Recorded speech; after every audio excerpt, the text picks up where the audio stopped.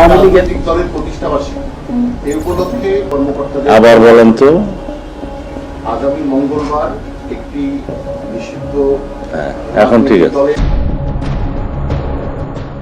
দেশে জুনকে সামনে রেখে দেশের আইন শৃঙ্খলা পরিস্থিতি নিয়ে সাংবাদিকদের প্রশ্নের জবাবে স্বরাষ্ট্রমন্ত্রী সালাহ উদ্দিন আহমেদের একটি ছোট্ট প্রতিক্রিয়া সামাজিক যোগাযোগ মাধ্যমে ব্যাপক আলোচনার জন্ম দিয়েছে। সংবাদ সম্মেলনে এক সাংবাদিক প্রথমে প্রশ্ন করেন আওয়ামী লীগের প্রতিষ্ঠা বার্ষিকী উপলক্ষে। প্রশ্নের এ পর্যায়ে স্বরাষ্ট্রমন্ত্রীকে কিছুটা গম্ভীর ও চিন্তিত দেখা যায়। তিনি সঙ্গে সঙ্গে বলেন, আবার বলুন। এরপর সাংবাদিক প্রশ্নটি সংশোধন করে বলেন, কার্যক্রম নিষিদ্ধ আওয়ামী লীগ। তখন স্বরাষ্ট্রমন্ত্রী মাথা নেড়ে বলেন, হ্যাঁ, এবার ঠিক আছে।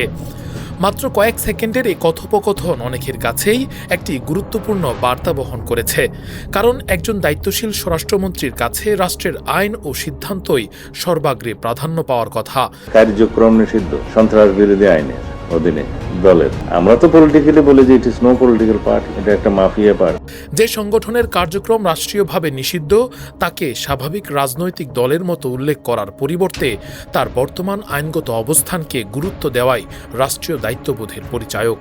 পরবর্তীতে মন্ত্রী বলেন, 23 জুনকে কেন্দ্র করে কার্যক্রম নিষিদ্ধ রাজনৈতিক সংগঠনটি দেশে অস্থিরতা ও বিশৃঙ্খলা সৃষ্টির চেষ্টা করতে পারে বলে আইন শৃঙ্খলা বাহিনীকে সতর্ক করা হয়েছে। তো তারা বাংলাদেশে অশৃঙ্খলা অস্থিরতা সৃষ্টি করতে চাইবে, তো পুলিশ বাহিনী তার দায়িত্ব পালন করবে, সেই জন্য অ্যালার্ট করা হয়েছে সারা দেশে। সেই অনুযায়ী প্রয়োজনীয় নিরাপত্তা ব্যবস্থা গ্রহণ করা হচ্ছে।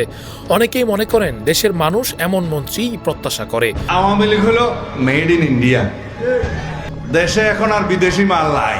বাংলাদেশে একটা আওয়ামী লীগ নামের পার্টি ছিল, এক সময় রাজনৈতিক পার্টি ছিল, পরে এটা মাফিয়া পার্টি হয়েছে। জিনিসের উৎপাদিত দ্রব্যের পিছনে লেখা থাকে মেড ইন বাংলাদেশ। আমরা যত জামা কাপড় বিদেশে গেলে কিনি, দেখা যায় ওখানে শার্টের পিছনে লেখা আছে ভিতরে মেড ইন বাংলাদেশ। তো এইরকম আওয়ামী লীগ হলো made in India. Awami League এই পার্টিটা ছিল মেড ইন ইন্ডিয়া। ইন্ডিয়ার মাল তো ইন্ডিয়াতে রপ্তানি হয়ে গেছে, এখন নতুন করে আবার পাকিস্তানি মাল আসবে নাকি?